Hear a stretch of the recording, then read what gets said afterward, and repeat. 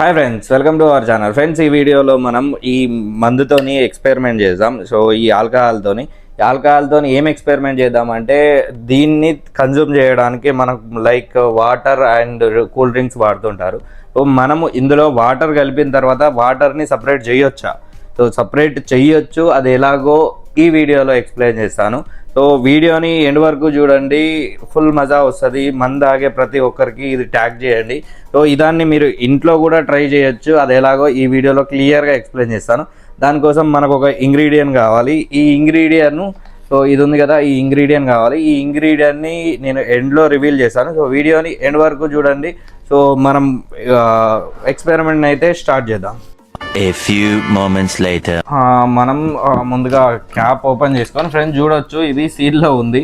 ఇది సగంలో ఉందని, ఫేక్ ఆల్కహాల్ అయితే కాదు. ఇది ఆల్మోస్ట్ ఇది కన్జ్యూమ్ చేసిన తర్వాత